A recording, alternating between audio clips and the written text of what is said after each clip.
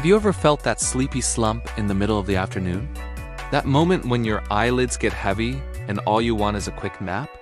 Well, what if I told you that this urge isn't just you being lazy? It's actually a deep-seated biological rhythm, and for most of human history, we embraced it. Let's dive into the fascinating history of how we sleep and how the modern world completely changed it.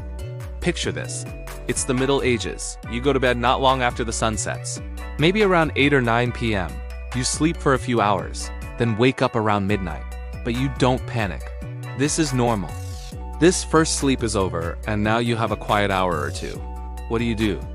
While people would pray, read by candlelight, chat with their family, or even visit neighbors. It was a time for quiet reflection and connection. After this interlude, they'd go back for their second sleep, waking up with the dawn. This pattern, known as segmented or biphasic sleep, was the standard for centuries.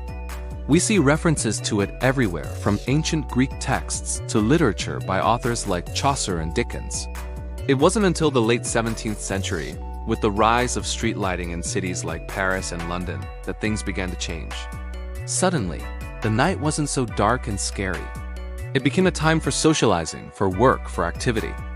The single consolidated block of sleep we consider normal today is actually a relatively modern invention, born from the Industrial Revolution.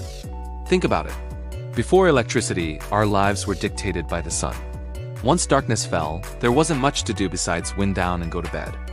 The invention of affordable, effective artificial lighting, first with gas lamps and then the electric bulb, fundamentally broke our connection with the natural light-dark cycle.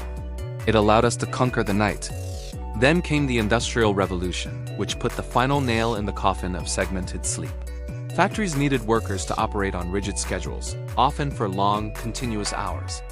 Time became money, and that quiet, reflective hour in the middle of the night was seen as unproductive.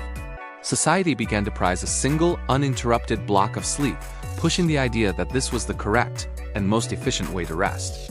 Our natural sleep patterns were literally reprogrammed to fit the needs of a machine-driven world.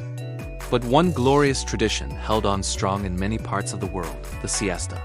The word siesta comes from the Latin hora sexta, which means the sixth hour. Counting from dawn, the sixth hour falls right around midday, the hottest part of the day. And that's exactly where the siesta was born, as a practical response to the environment. In hot climates like Spain, Italy, Greece, and across Latin America, working outdoors during the blistering midday sun wasn't just uncomfortable, it was dangerous. It made perfect sense to take a break. You'd have a large midday meal with your family, and then rest, nap, and digest during the hottest hours. Work would then resume in the cooler late afternoon and continue into the evening. The siesta wasn't just about avoiding the heat. It was a cornerstone of the culture. It was a time for family, for community, and for restoring your energy for the second half of the day. This biphasic pattern, a long sleep at night and a short nap in the afternoon, is actually much more aligned with our natural biology than a single block of sleep. That post-lunch dip in energy you feel? That's your body's circadian rhythm calling out for a siesta. It's a biological signal that we've trained ourselves to ignore with coffee and sheer willpower. Sadly, the forces of globalization and the modern 9-to-5 corporate structure are threatening the siesta. In many cities, the tradition is fading. The pressure to conform to a globalized business schedule, where everyone is expected to be available during the same hours, has made the midday break seem like a luxury or an inefficiency. It's the same logic that erased segmented sleep centuries ago, efficiency over biology. But here's the interesting part. Science is now proving what ancient cultures knew all along. Numerous studies have shown the incredible benefits of napping. A short nap of just 20 to 30 minutes can dramatically improve alertness, enhance performance, boost your mood, and even improve memory and learning. It's like a system reboot for your brain. In fact, some of the most forward-thinking companies in the world, like Google and NASA, are now embracing the nap. They have installed nap pods in their offices, recognizing that a well-rested employee is a more creative and productive employee.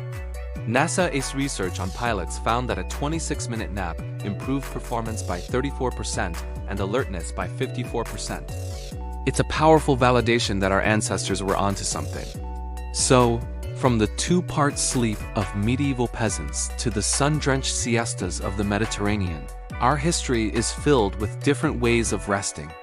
The modern 8-hour consolidated block is not the only way, and for many of us, it might not even be the best way. Our bodies still carry the ancient rhythms that call for a break in the middle of the day.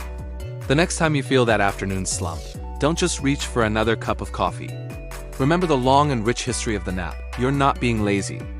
You're responding to a biological need that we've ignored for far too long. Maybe it's time we start listening to our bodies again and reclaim the power of the nap. What do you think? Are you a napper? Let me know in the comments below. It's fascinating to see how many of us are naturally trying to get back to a more biphasic sleep pattern. Thank you so much for joining me on this journey through the history of sleep.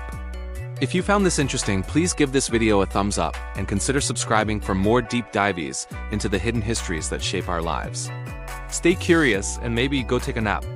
You've earned it.